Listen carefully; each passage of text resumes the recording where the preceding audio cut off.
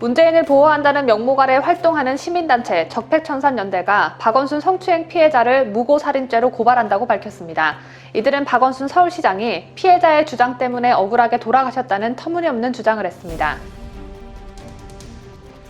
차규근 법무부 출입국 본부장이 김학의 전 법무부 차관의 불법 출국 금지 의혹을 제기한 공익신고자에 대해 고발을 검토하고 있다고 밝혔습니다. 공익제보자 보호는 문재인의 대선 공약이었기 때문에 공익제보자 보호 개념이 없는 차규근 본부장에 더 많은 비난이 쏟아지고 있습니다. 검찰이 이용구 법무부 차관의 택시기사 폭행 사건에 대해 증거인멸 은닉교사 혐의 적용 검토에 들어갔습니다. 증거를 없애버리고 사건을 무마시키려 했지만 죄목은 더욱 늘어날 것으로 보여집니다. 백운규 전 산업통상자원부 장관이 월성 1호기 경제성 평가 조작 사건의 피의자 신분으로 검찰 조사를 받았습니다. 백 전 장관 조사 결과에 따라 윗선인 청와대 수사 여부가 판가름 날 전망입니다.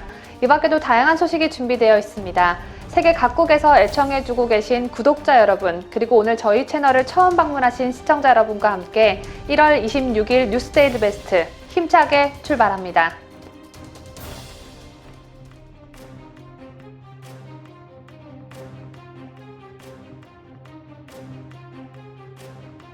시청자 여러분 안녕하십니까? 뉴스데일리 베스트 시작합니다.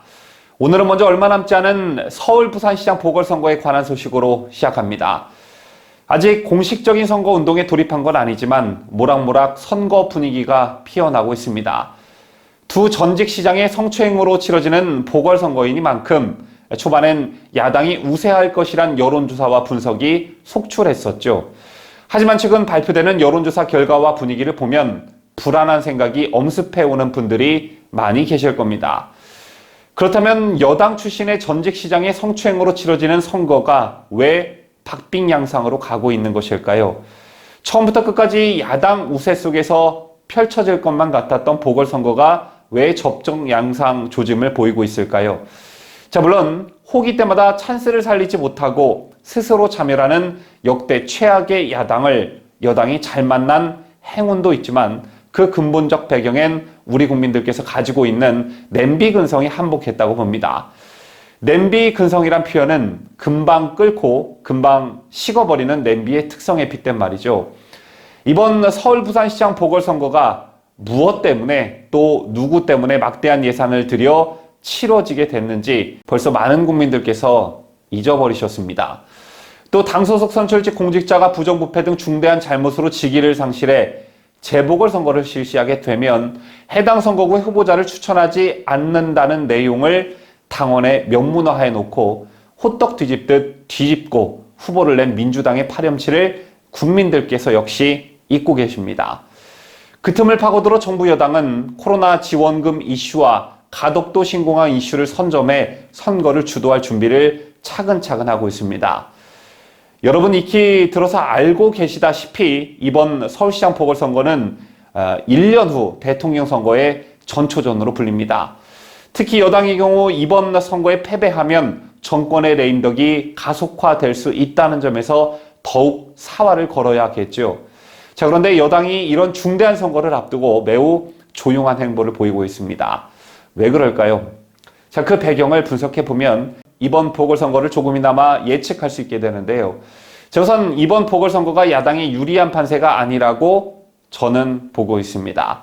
그 이유가 첫째, 앞서 언급해드린 박원순 오거돈 문제는 그 이슈성이 많이 사그라들었고 이미 과거의 일입니다.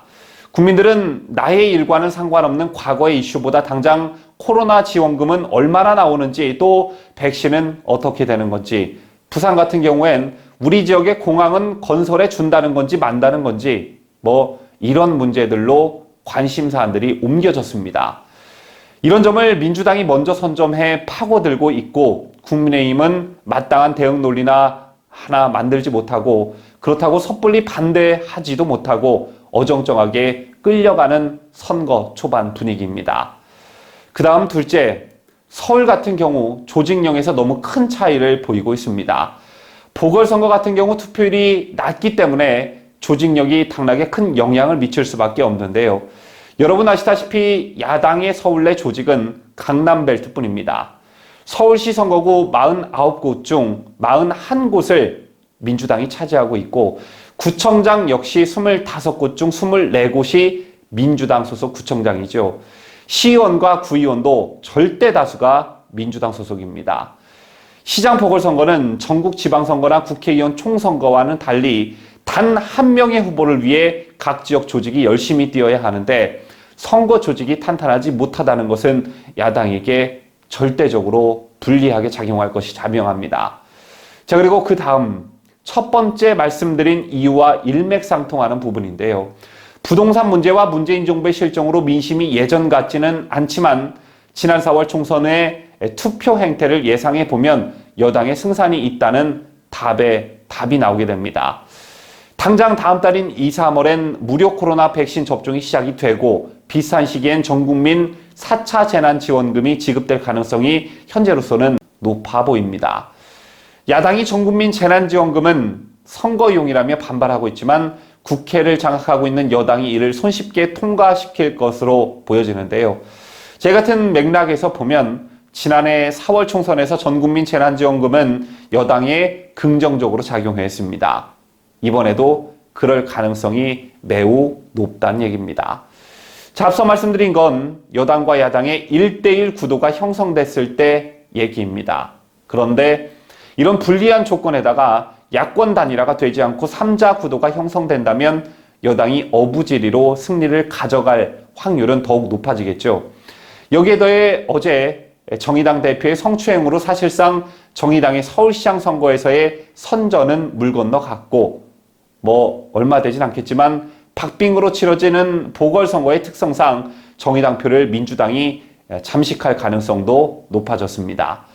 게다가 열린민주당 후보로 나선 김진애 의원도 단일화에 적극적인 모습을 보이고 있죠. 즉 여권의 표가 분산되는 걸 최소화할 수 있는 환경의 토대가 갖추어지고 있다는 얘기입니다. 반면 야권은 여러분 아시다시피 안철수 리스크가 해소되지 않고 있는 실정입니다. 마지막으로 이번 선거 패배가 가져올 여권과 야권의 리스크의 차이입니다. 현 여권은 대선과 지방선거, 총선까지 내리 3연승, 그것도 압승을 거두었습니다. 자, 만약 여당이 서울시장 선거에서 패배하더라도 이를 계기로 대선에서 여당 지지세를 결집시킬 수 있는 전화위복의 기회가 될 수가 있죠. 서울시장 선거 패배로 여권의 위기감이 고조되는 게 오히려 대선에 긍정적인 영향을 미칠 수 있다는 얘기입니다. 반면 야당은 그럴 여유조차 없습니다. 이번에 패하게 되면 대선, 지방선거, 총선에 이은 연패의 고리를 끊지 못하게 되고 대선을 앞두고 이번 보궐선거가 마지막이니만큼 반전의 기회도 더 이상 없습니다. 또 선거 패배의 후유증으로 전당대회를 통한 당대표를 선출하기도 흥이 안 나고 또 다른 비대위원장을 찾아 나설 수도 없는 노릇입니다. 여기까지 들으시고 여러분께서는 이번 서울 부산시장 보궐선거와 관련해 어떤 생각들을 하셨는지요? 제가 높아심에 너무 비관적인 부분만 부각해 분석하지 않았는지는 모르겠으나 한 가지 확실한 건 공천이 곧 당선이다 라고 할 만큼의 야권이 우위를 보이고 있는 선거는 절대 아니라는 점은 확실해 보입니다. 다만 선거라는 게 단 3, 4일을 앞두고도 전세가 뒤바뀔 수 있는 만큼 끝까지 긴장의 끈을 놓아서는 안 될 것입니다.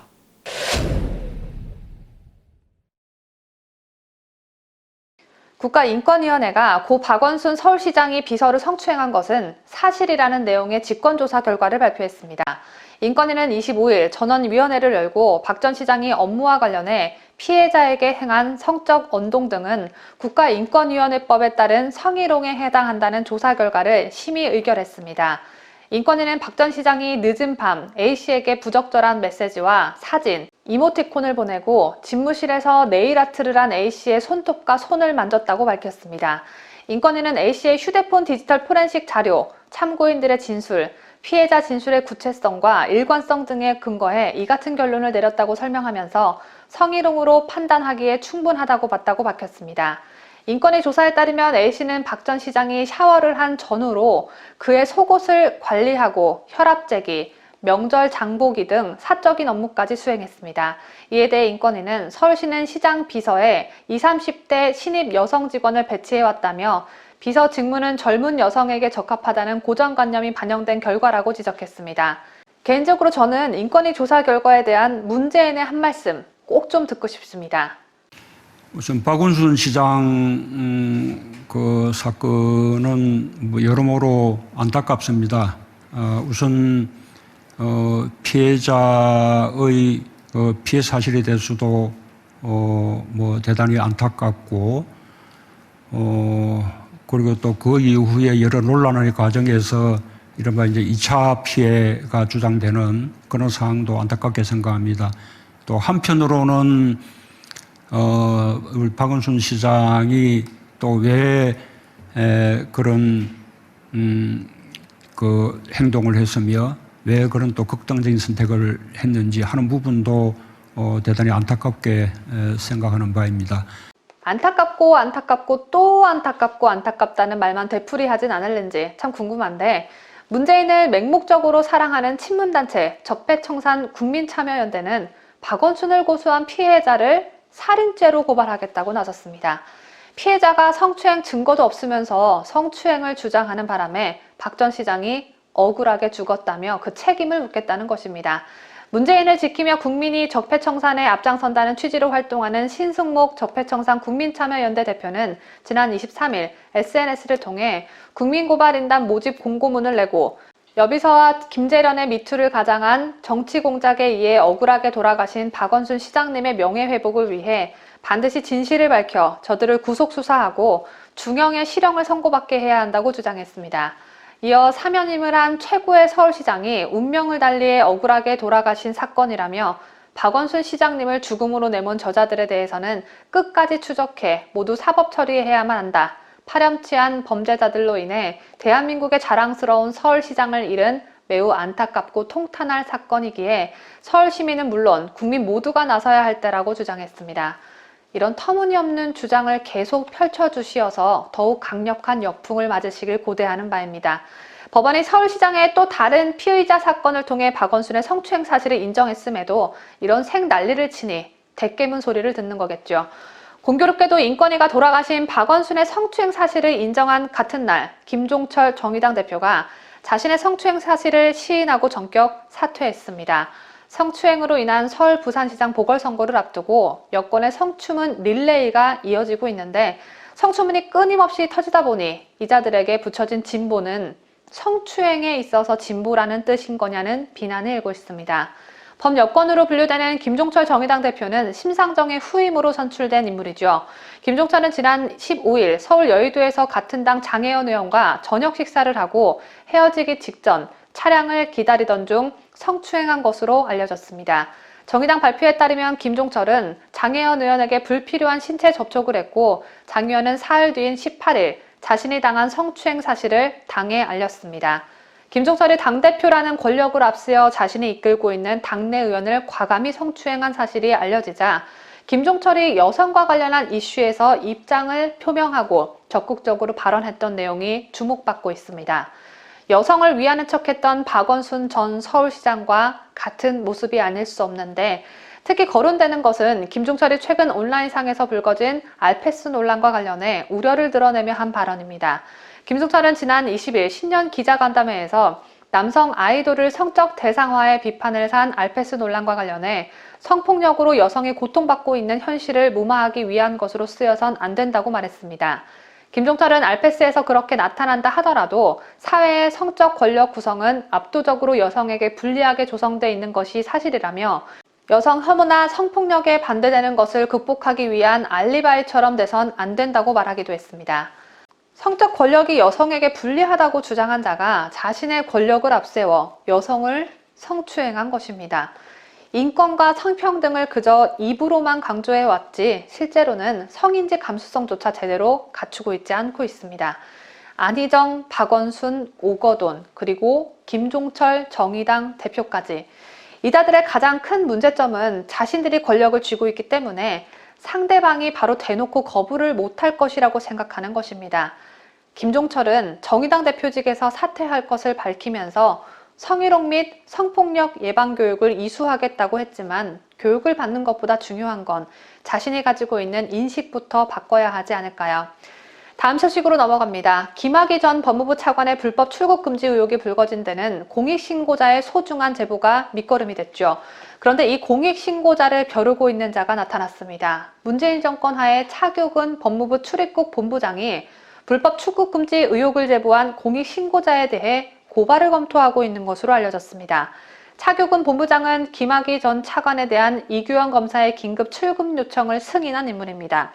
이번 사건의 직간접적 관계자 중 한 명인데 자신의 출금 지시가 합당했다는 근거라도 있는 것일까요? 보도에 김자유 기자입니다. 차규근 본부장은 25일 KBS 라디오 김경래의 최강시사에 출연해 언론에서 인용되고 있는 휴대폰 포렌식 자료라든지 진술조서 내용, 출입국 기록 조회 내용 이런 부분은 2019년 3월 당시 안양지청에 있었던 수사와 관련된 자료라며 당시 수사에 관련된 분이 아니면 접근하기 어려운 자료라고 검찰 관계자를 제보자로 의심했습니다. 차 본부장은 또 공익제보자라는 분의 언론 인터뷰를 보니 더 그런 생각을 하게 됐다고도 했습니다. 이어 수사 관련자가 민감한 수사 기록들을 통째로 특정 정당에 넘기고 하는 것들은 형법상 공무상 기밀 유출죄에 해당이 된다고 생각한다며 고발을 검토하고 있다. 굳이 고발하지 않더라도 인지해서라도 검찰에서 충분히 수사가 가능할 것으로 생각된다고 말했습니다. 차규근 본부장의 이 같은 발언을 두고 공익신고자보호법 위반이라는 지적이 나옵니다. 공익신고자보호법은 누구든지 공익신고자임을 알면서 인적사항 또는 공익신고자임을 미뤄 알 수 있는 사실을 공개 또는 보도할 경우 5년 이하의 징역 또는 5천만 원 이하 벌금에 처한다고 규정하고 있습니다. 또한 공익제보자 보호는 문재인의 대선 공약이기도 합니다. 공익제보자 보호를 약속해놓고 공익제보를 하니 오히려 겁박하고 있는 꼴인데 이 정부에서는 문재인 정부에 유리한 제보만 해야 보호를 받을 수 있다는 걸 여실히 느낄 수 있는 소식이었습니다. 뉴스데일리 베스트 김자유입니다. 아직 저희 채널을 구독하지 않으신 분 계시다면요. 구독 버튼 꼭 눌러주시고요. 알람 설정도 부탁드립니다.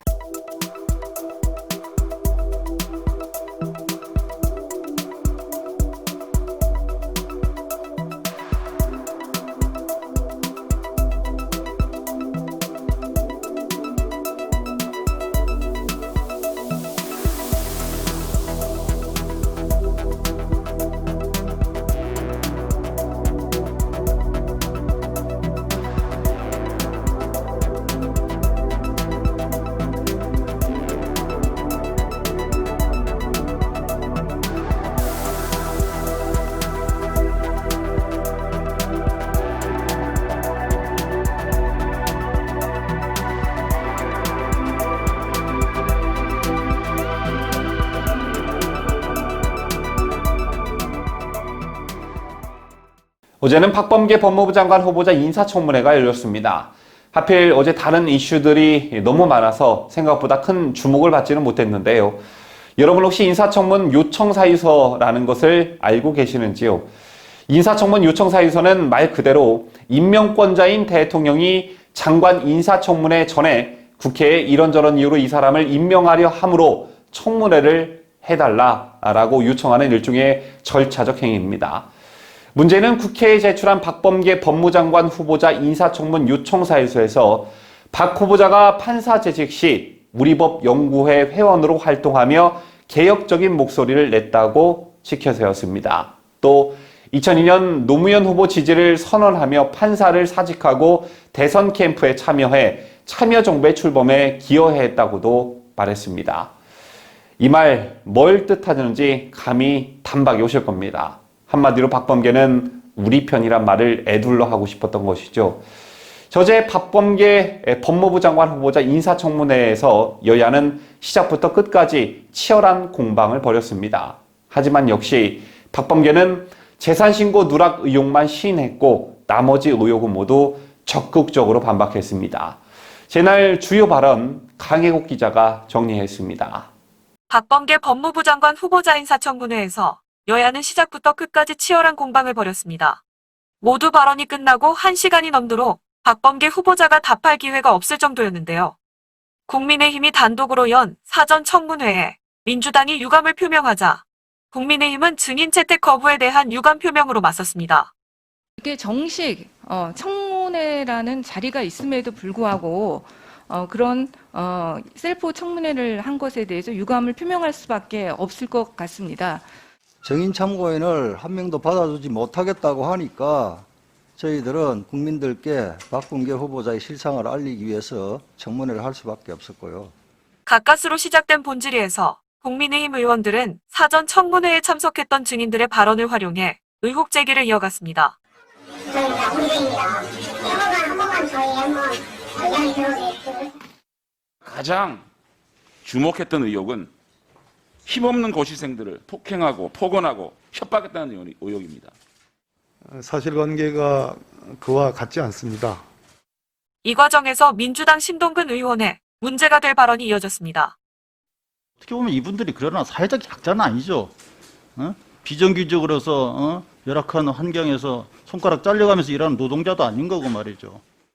모든 의혹을 부인하던 박 후보자는 재산 신고 누락은 인정하고 실수였다며 고개를 숙였지만 결과적으로 그 부분 신고하지 못한 점 이유 불문하고 제 불찰이라고 생각합니다. 동생이 다니는 법무법인 관련 의혹과 아무리 법적으로 문제가 없다 해도 나중에 문제가 될 수도 있다. 저는 그렇게 생각합니다. 어떻게 생각합니까? 하늘을 우러러 한점 그러면은 없습니다. 수임 사건 공천 헌금 요구 등 다른 의혹은 모두 부인했습니다. 그 주변 측근이라든지 이런 부분에 대한 처신이라든지 관리 이런 부분들은 좀 더 철저히 하셔야 된다고 생각하는데 거기에 동의하시죠? 우리 지방의원들 자치활동, 지방활동에 전혀 관여한 바가 없습니다. 예, 알겠습니다. 그 자유를 굉장히 시간이 존중했고요. 없으니까 뒤에 또. 하지만 국민의힘은 까도 비리 의혹이 계속 나온다며 박 후보자를 썩은 양파에 비유했고 민주당은 경륜을 갖춘 후보라며 방어하고 나서 야당 동의 없이 청문 보고서 채택이 이루어질 것이다라는 전망이 우세합니다. 자유대한민국을 수호하는 유대배 강혜국입니다. 이용구 차관의 택시기사 폭행 사건을 둘러싼 검찰 수사와 경찰 진상조사 모두 속도를 내고 있습니다. 검찰이 나서니 수사의 진도가 이렇게나 빨리 가는 것을 경찰은 왜 그간 민기적거렸을까요? 경찰은 이 차관의 폭행 영상을 확인하고도 덮었다는 의혹과 관련해 사과까지 했지만 제대로 보고하지 않은 담당 수사관 탓을 하고 있습니다. 때문에 말단 수사관 개인의 잘못으로 돌리며 일종의 꼬리 자르기를 하려는 것 아니냐는 비판 여론이 들끓고 있는데요. 상식 있는 국민이라면 이 어마어마한 증거인멸과 무마를 말단 수사관 혼자의 판단으로 자행했을 거라고 보는 국민들은 안 계실 겁니다. 자, 어제도 강조해 드린 바 있지만 이건 최소한 서울지방경찰청장이 사과 후에 사퇴 정도는 해야 국민들의 분이 풀릴 거라 생각하는데요. 제처럼 말단 수사관 탓을 하고 있는 경찰의 해명과 달리 보고라인의 결정과 판단이 개입됐다는 정황이 포착됐습니다. 경찰이 국회에 제출한 자료를 보면 사건 다음 날 형사과장은 서장에게 내사 종결하겠다고 구두 보고를 합니다. 이때 서장도 그렇게 하라라고 지시했다고 나와 있는데 즉 택시기사 조사 다음 날 내사 종결로 이미 결론을 내버린 것입니다. 자, 그런데 다음 날인 11일 담당 수사관이 택시기사가 보여준 폭행 영상을 확인합니다. 이처럼 영상의 존재가 확인됐지만 다음 날 사건은 예정대로 종결된 것인데요. 폭행 영상이 나왔는데도 종결시켜버린 이유와 윗선의 개입이 있지 않을까라고 보는 게 합리적이겠죠. 자, 만약 윗선에 보고했다면 수사 대상이 확대될 수 있는 중대한 사안이라 할 수 있습니다. 자, 그렇다면 이용구 법무부 차관은 어떤 사법 처리를 받게 될까요? 검찰이 특가법상 폭력 혐의 말고도 이를 토대로 증거인멸 은닉 교사 혐의 적용 검토에 들어갔다는 소식입니다. 보도에 강추청 기자입니다. 서울중앙지검 형사5부는 이용구 차관이 핵심 증거인 블랙박스 영상을 지워달라고 했다는 택시기사의 진술을 바탕으로 증거인멸 은닉교사 혐의 적용 검토에 들어갔습니다. 폭행당한 사람에게 지워달라고 한 정황만 보면 증거인멸 및 은닉을 교사한 혐의를 적용해야 할 사안이라는 건데요. 검찰은 또 블랙박스 업체 관계자 조사를 통해 경찰의 은폐 부실 정황을 확인할 예정입니다.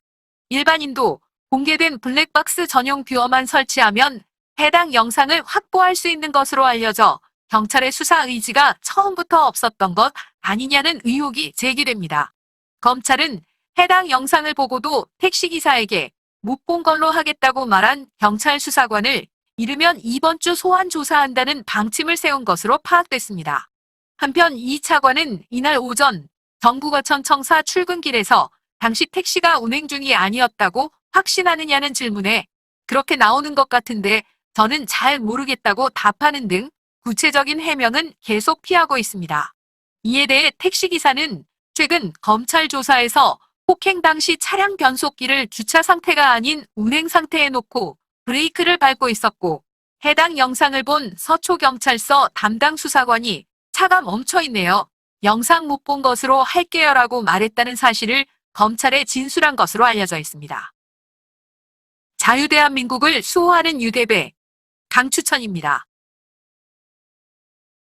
어쩌면 사실상 문재인 정권 임기 말 레임덕을 가속화시킬 한 발 더 나아가 퇴임 후 깜빵까지 가게 만들 사건인 청와대 울산시장 선거 개입 사건과 월성 1호기 원자력 발전소 경제성 평가 조작 의혹 사건의 핵심 인물을 검찰이 최근 소환해 조사한 것으로 알려졌습니다. 여기서 말하는 핵심 인물이란 청와대 울산시장 선거 개입 사건과 관련해선 송철호 울산시장 그리고 월성 원전과 관련해선 배궁규 전 산업통상자원부 장관인데요. 최근 나란히 검찰 조사를 받은 두 사람과 관련한 소식 계속해서 강추천 기자가 보도합니다.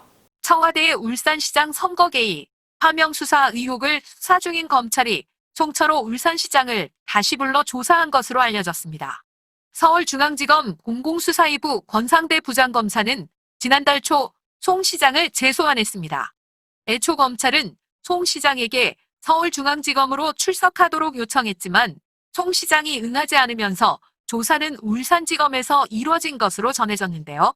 검찰은 이미 지난해 1월 29일 송 시장과 송병기 전 울산시 경제부시장 등 13명을 공직선거법 위반 혐의로 재판에 넘겼습니다. 이후 지난해 상반기 안에 수사를 마무리할 방침이었지만 관련자들이 출석을 거부하고 수사팀이 교체되면서 동력이 점차 떨어진 상황이었습니다.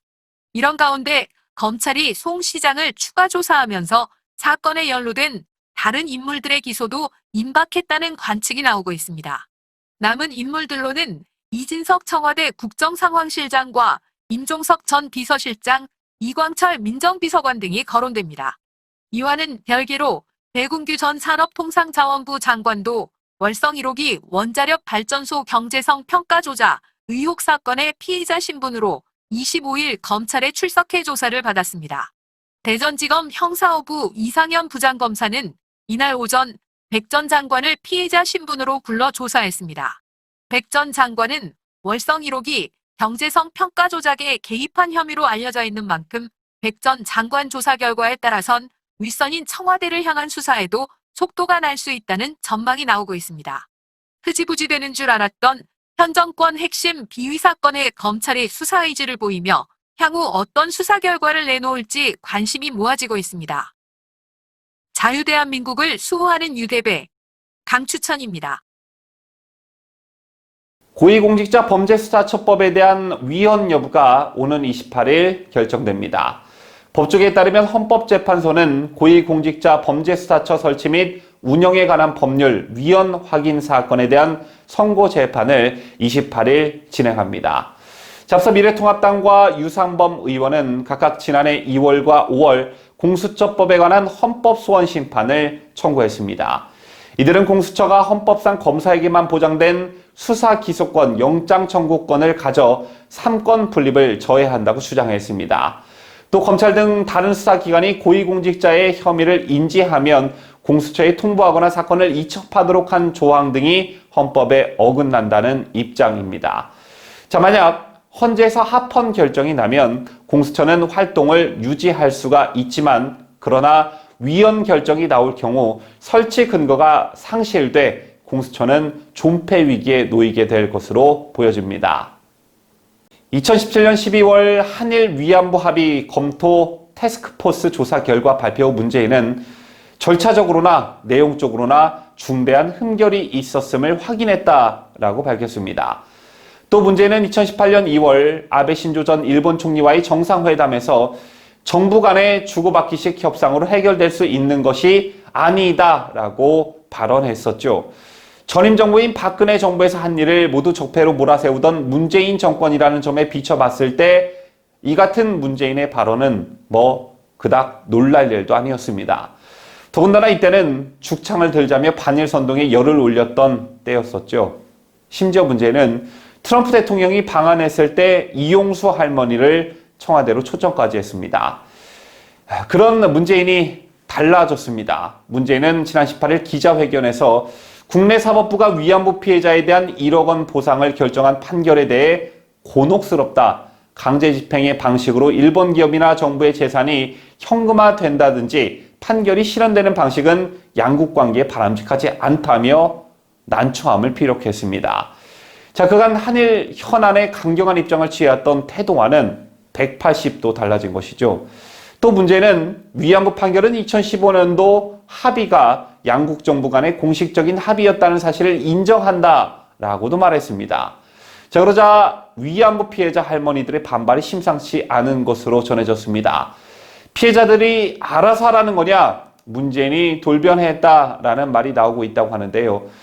위안부 피해자 측을 대리하고 있는 김강원 변호사는 언론과 통화에서 인권을 표방하던 정부와 대통령이 맞는가라고 반문하며 정부가 일본과의 관계를 의식해 태도가 돌변한 것 같은데 피해자 할머니들 가슴에는 피멍이 들고 있다고 말했습니다. 또 최봉태 대한변호사협회 일제 피해자 인권특별위원장은 일본 정부 자산을 강제 집행하는 상황까지 가는 건 가장 최악의 시나리오고 이를 정부가 나서 막아도 시원치 않을 판에 해야 할 일도 안 하겠다는 것이라며 피해자들이 알아서 강제 집행을 해달라고 사주한 것이나 다름없다고 문정권을 맹비난했습니다. 이들의 주장은 저의 생각과는 다르나 한편으로는 이해가 가는 측면도 있는데요. 한인 관계를 파탄으로 몰고 가는 법원 판결을 걱정하는 소리만 내도 죽창가를 부르며 토착외구 친일이라며 겁박하던 현 정권이 이렇게 하루아침에 돌변할 수 있나? 라고 일반인들도 새삼 당혹스러운데 당사자들은 오죽하겠습니까? 여러분 아시다시피 전 정부의 위안부 합의를 파기하고 징용에 대한 외교적 해결을 사법농단으로 몰아갔던 게 바로 문재인입니다. 그랬던 사람들이 한미일 삼각동맹에서 우리나라가 소외되고 꽉 막힌 남북관계를 타개하기 위해 일본의 협조가 절실해지자 전 정부가 했던 일을 복원하려고 발버둥치고 있는 모습이 그저 허탈한 웃음을 만들게 합니다. 이번 계기로 위안부 피해자들에 대한 접근과 그 해결 방식에 있어서 전 정부가 옳았는지 현 정부가 옳았는지 명확한 판단이 내려진 듯합니다. 전광훈 목사가 어제였던 25일 부산을 찾아 기자회견을 열고 문재인과 현 정부를 향한 비판을 쏟아냈습니다. 전광훈 목사는 이날 오후 2시 부산 동구 부산역 광장에서 부산이여 일어나라를 주제로 열린 행사에서 부산 정신 차려야 한다, 머지않아 수령님을 모시고 살아야 한다라며 문재인을 직접 겨냥했는데요. 3.1절 범국민 대회를 앞두고 전국을 돌고 있는 전 목사는 3월 1일 날 코로나가 잠잠해지고 허가만 난다면 광화문 광장에 1,000만 명 집회를 하려고 한다고 공언했습니다. 자, 이어 정부가 허가 안 해주면 유튜브에서 1,000만 명이 동시에 접속한 뒤 3.1절 독립운동을 재연하려고 한다고 예고했습니다. 또 한 명의 북한 고위 외교관이 한국에 망명한 사실이 뒤늦게 알려졌습니다. 망명자는 김정은의 금고기지 역할을 한 전일춘의 사위이자 전 쿠웨이트 북한 대사대리 류현우입니다. 류현우 전 대사대리가 한국 땅을 밟은 시기는 2019년 9월로 조성길 전 이탈리아 북한 대사대리가 망명한 지 2달 후였습니다. 비슷한 시기에 북한 고위 외교관들이 잇따라 망명한 것인데 당시 트럼프 대통령과 김정은 이 둘의 하노이 미북 정상회담 결렬 이후 북한 외교관들 사이에서는 대북 제재 지속으로 외화벌이가 어려워진 데 따른 불안감이 커진 탓에 망명을 결심한 외교관이 늘어났던 것으로 분석됩니다. 이렇게 고위직 출신의 탈북민이 늘어나는 상황이지만 문재인 정부는 고위 탈북민을 홀대하고 있는 상황이죠. 강추천 기자가 류현우 전 대사대리의 인터뷰 내용 전해드리면서 정부가 고위직 출신의 탈북민을 대하는 문제점도 함께 짚어봅니다. 어제였던 25일 복수의 대북 소식통에 따르면 쿠웨이트 주재 북한 대사관 참사관급이던 류현우 전 대사대리는 가족과 함께 입국해 현재 한국에서 생활하고 있습니다. 류 전 대사 대리의장인은 노동당 39호실 실장을 지낸 전일춘으로 알려졌습니다. 노동당 39호실은 최고 지도자와 당의 통치 자금을 관리하는 조직으로 UN 안전보장이사회의 대북 제재 대상입니다. 또한 전일춘은 김정일의 중고교 동창으로 한국으로 따진다면 김정은 부자의 최측근이라고 표현할 수 있겠습니다. 주로 중동 지역에서 근무했던 류현우 대사대리가 있던 쿠웨이트 대사관은 인근 아랍에미리트, 카타르, 바레인, 오먼 등을 관할하면서 중동 지역 무기 거래와 해외 근로자 송출에 깊이 관여해온 것으로 알려졌습니다. 태영호 국민의힘 의원은 쿠웨이트 대사관은 중동 지역 내외 화벌이를 총괄하는 중점 대사관 중 하나라며 대북 제재 전까지는 외화벌이 규모가 중국, 러시아에 이어 세 번째로 컸다고 했습니다. 이 때문에 류 전 대리대사도 근로자 임금과 무기 수출 대금이 북한 노동당 39호실로 자금이 흘러가는 데 관여했을 가능성이 제기됩니다. 류현우 전 쿠웨이트 주재 북한 대사대리는 2019년 9월 망명 당시 무작정 쿠웨이트 주재 한국 대사관을 찾았고 단 며칠 만에 서울에 도착한 것으로 알려졌습니다. 류 전 대사대리는 25일 매일경제와의 통화에서 구체적인 망명 이유에 대해선 말을 아끼면서도 한국 언론 기사를 열심히 봤는데 매일같이 싸우고 갈등이 극심한 것처럼 보이는데도 나라가 잘 굴러가는 것이 신기했다고 말했습니다. 특히 망명 전 쿠웨이트에 있을 때 촛불혁명을 언론을 통해 지켜봤다는 류 전 대사대리는 정말 대단한 나라라는 생각을 했었다고 말했습니다. 그 촛불로 인해 대한민국이 얼마나 망가졌는지도 파악하고 계실란가 모르겠습니다. 류 전 대사대리는 또 앞으로 남한에서 북한 사회에 대한 왜곡, 과장이 없는 정확한 정보를 이야기하고 싶다며 현재 남한 매체에서 접할 수 있는 북한에 대한 이야기는 너무 과장되거나 잘못된 이야기가 상당히 많다. 사실 그대로의 모습에 대해 아는 대로 전달하고 싶다고 말했습니다. 한편 류 전 대사대리의 망명 소식이 알려진 데 대해 문재인 정부는 별다른 반응을 보이지 않고 있습니다. 아니, 반응을 보이지 못하고 있다고 해야 맞겠죠. 김정일 동창의 사위가 한국으로 왔는데 문재인의 마음이 얼마나 불편할까요? 푹신한 소파에 앉아 있어도 가시방석에 앉아 있는 기분일 것 같은데 류 전 대사대리의 망명 소식이 알려지면서 문재인 정부의 탈북민 홀대론도 도마에 오르고 있습니다. 한 대북 전문가는 문재인 정부 들어 자격을 갖춘 탈북민들이 관련 기관에 진출하는 데 애를 먹고 있다고 지적했습니다. 일례로 고위급 탈북민의 상당수를 고용해온 국가안보전략연구원은 문재인 정부 들어 탈북민 출신을 단 한 명도 새로이 고용하지 않은 것으로 알려졌습니다. 북한을 가장 잘 알고 있는 북한 고위직 출신들이 줄줄이 망명하고 있는 상황인데 그들을 고용하지 않는다는 건 안보 전략을 연구할 마음은 눈꼽만큼도 없다는 뜻으로 풀이됩니다. 뉴스데일리 베스트 강추천입니다.